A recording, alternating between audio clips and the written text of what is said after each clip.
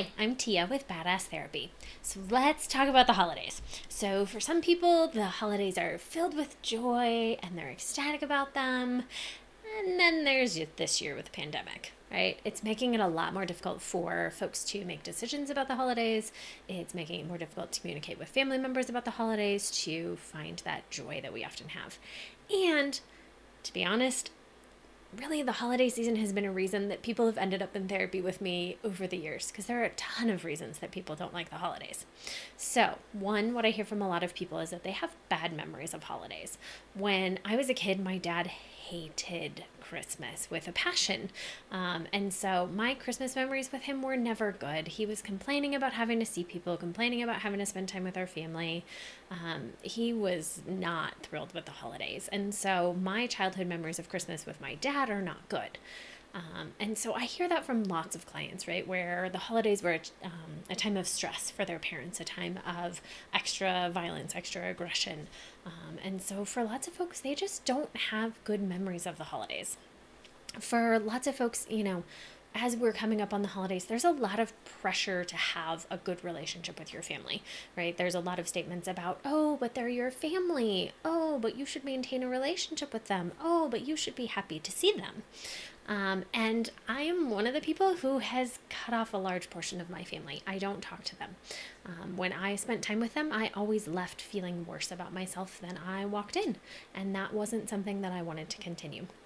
And so I wholeheartedly do not support the idea that, oh, they're just your family, so you should have a relationship with them. But for some people, that then leads to this feeling of feeling left out, or feeling different from other people, right? Because you don't have family to spend time with.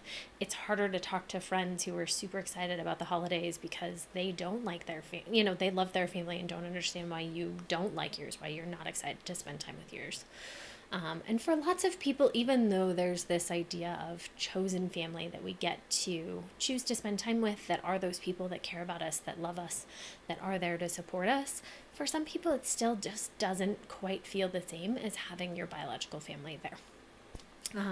For some people, the holidays bring up memories of family members or close friends or people in your life who have died that you were hoping you could spend the holidays with, but who are no longer here.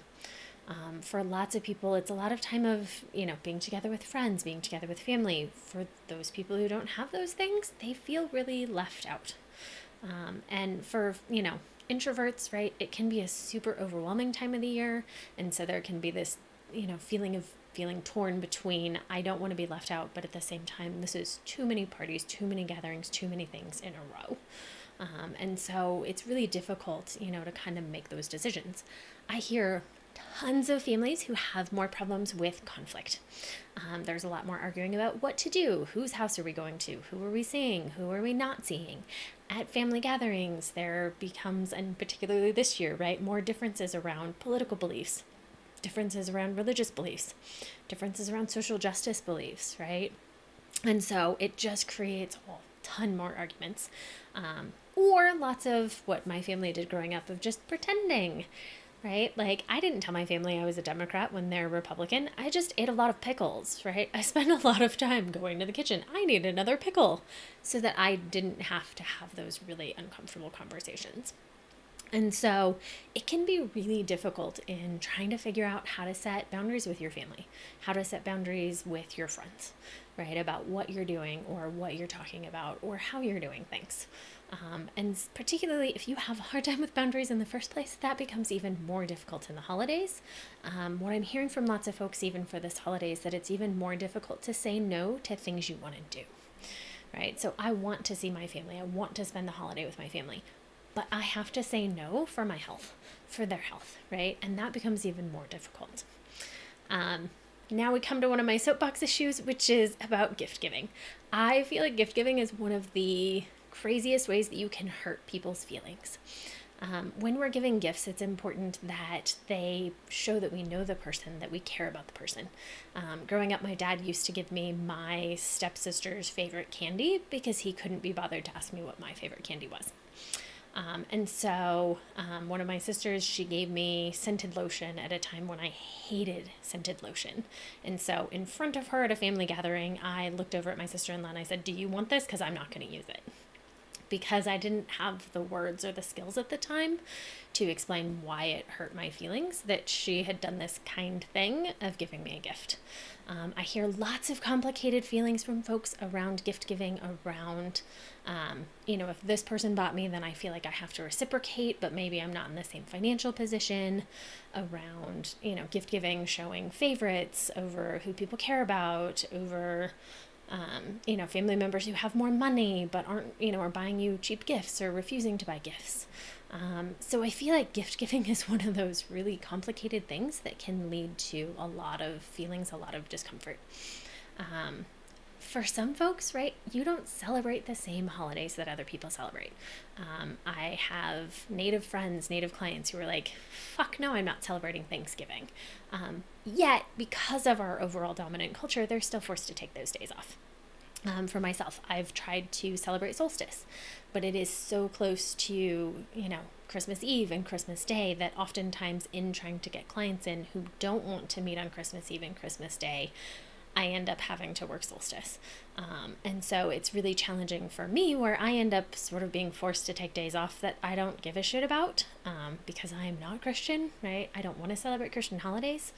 And so it's difficult, right? It's nice to have that time, but it's not planned time for me. It's not time that I would plan to take off. And so that can, right, just fighting with the dominant culture, negotiating with family members who maybe do celebrate those holidays and, want you to participate. What does that look like? How do you do that? How do you not do that?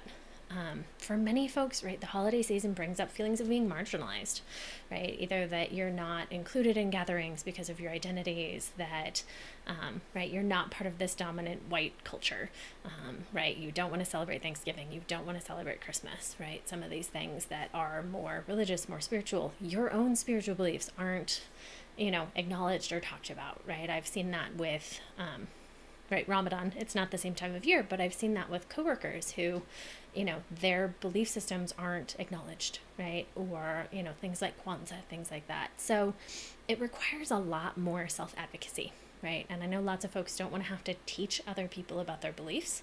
They'd like them to just be accepted because they should, right? And that's just really difficult in our culture about how we treat each other, right? We have this dominant narrative of the holidays bring us joy. And that's not true for so many people. So for lots of folks, it's a reason to get into therapy, or it's a thing to make sure that you talk about during your therapy sessions. So for you, right, thinking about which of these things maybe apply to you. Who in your life do you know that these things apply to that maybe you could be more sensitive, be more supportive. So as always, I'm here. I'm happy to answer any questions or offer any support that you might need. I hope you have a wonderful holiday season, whatever that looks like for you. Thank you so much for sharing your time with me today. I really appreciate it and hope you have a wonderful rest of your day.